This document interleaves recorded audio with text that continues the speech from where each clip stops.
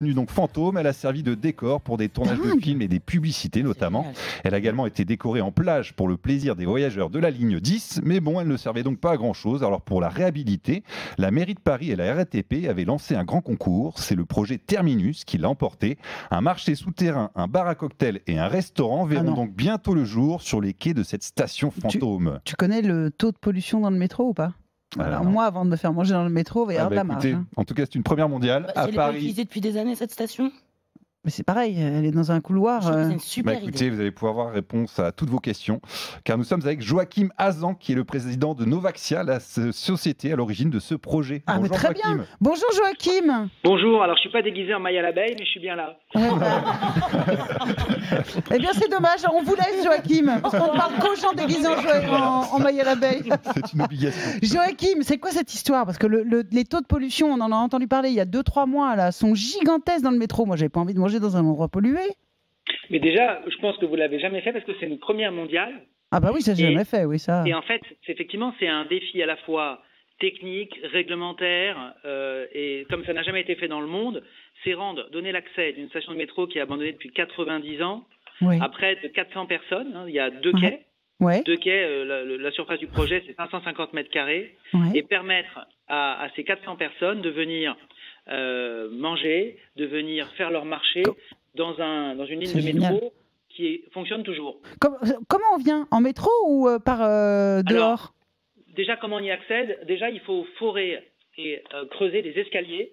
Ah oui. Il existe aujourd'hui un escalier, pour mémoire, il est situé près du Bon Marché, près du Lutetia, dans le 6e arrondissement. Donc il y a la station Sèvres-Babylone. Il y a la station qui est ouverte, il y a la station Mabillon, et entre les deux, il y a la station Croix-Rouge, qui était l'ancien terminus de la ligne 10. Exceptionnel. Quand vous vous promenez dans Paris, vous voyez à ce moment-là une grille, et il y a une première entrée. Sauf que pour des raisons de sécurité et des raisons techniques, il faut en faire 2 autres entrées. Donc il faut aller forer et créer des escaliers depuis l'accès de la rue, parce qu'on va faire venir du monde, il faut avoir une classification ERP. Attends, et Joachim, pardon, mais les Français veulent savoir, combien ça va nous coûter cette histoire? Alors, vous rien, et aux investisseurs de Novaxia, des millions, puisque... Génial. L'ambition, justement, c'est un projet où, effectivement, il y a plusieurs millions d'euros en jeu. Les filles s'énervent. Ouais, elles ont une question. On pourra payer avec notre passe Navigo? Alors... Évidemment. Déjà, vous pourrez venir. C'est fin 2021 que ça sera ouvert. Ok. Et tout l'enjeu, c'est créer aujourd'hui un restaurant à moins de 9 mètres du sous-sol. Bah oui, c'est pas facile. Il n'y a pas de réglementation. D'accord. Donc si vous allez tout inventer, quoi. Un rez-de-chaussée, un restaurant rez-de-chaussée, il y a toutes les réglementations que vous voulez. Là, il faut inventer avec la RATP, inventer avec la mairie de Paris les règles du jeu pour savoir quelle règle du jeu va être techniquement Rémi s'énerve. J'ai une question aussi. Du coup, les métros vont continuer à circuler pendant qu'on pourra manger au restaurant? Ah non. Si, je vous confirme, puisque si vous faites attention, la prochaine fois que vous prendrez la ligne 10, vous verrez que vous pouvez apercevoir très rapidement cette ligne qui est désaffectée. Donc oui, les métros continueront. Et tout l'enjeu, c'est de vitrer le quai et de faire en sorte que ce soit une vraie expérience culinaire gastronomique. Sans avoir la nuisance du métro. Alors Manon, qu'est-ce qu'on va manger? C'est quand même le plus important. Quel chef, Joachim? Alors, déjà, il y a un partenariat avec l'école Ferrandi qui est juste à côté. Très bien, plus grande école de gastronomie, machin, blabla. Ça sera des produits en circuit court, donc vous pourrez, dans un premier quai, des champignons de aller Paris. faire votre marché. Ouais.